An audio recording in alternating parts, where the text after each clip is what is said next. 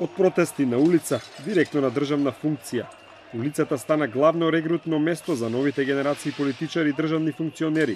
Многумина од денешните политичари, токму протестирајќи на улица, се лансираа во политиката.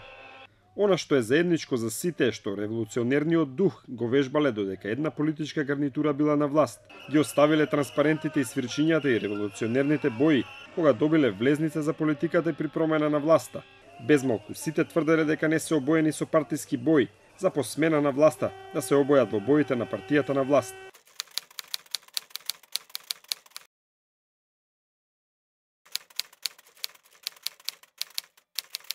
Илјадници студенти и средношколци со денови протестираа против владата на Црвенковски.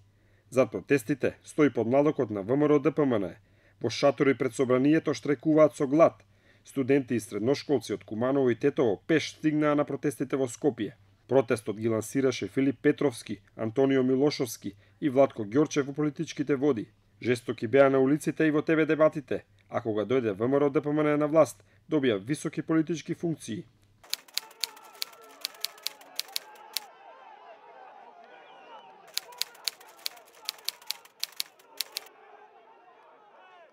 Масовната тепачка што се случи през 6 години на тврдината Кале, според многумина беше сценарио на тогаш коалиционите партнери ВМРО ДПМН и ДУИ, барем ако се суди според актерите кои беа инволвирани во судирот.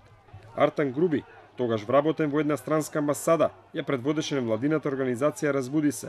По овој настан Груби го заборави граѓанскиот сектор и влезе директно во политиката како еден од клучните луѓе на ДУИ.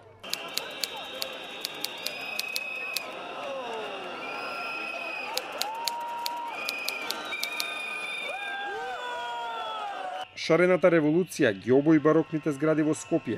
Граѓанските протести беа жесток револ против владењето на тогашниот премиер Груевски, против се она што се дозна од така наречените бомби, а шлак беше токму одлуката на Иванов да ги помилува сите инволвирани во скандалот.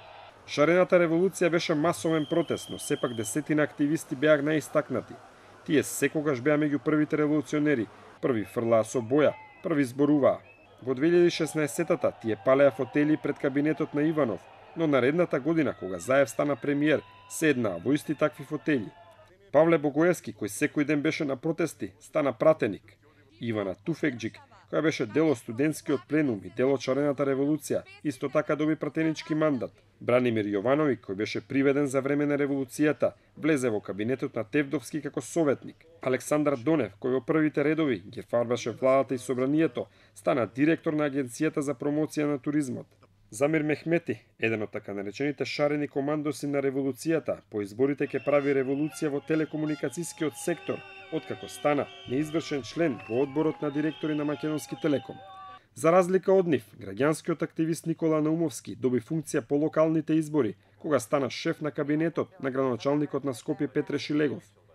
Овие, но и претходните примери, потврдуваат дека улицата останува значајно регрутно место, каде се откриваат нови таленти во политиката.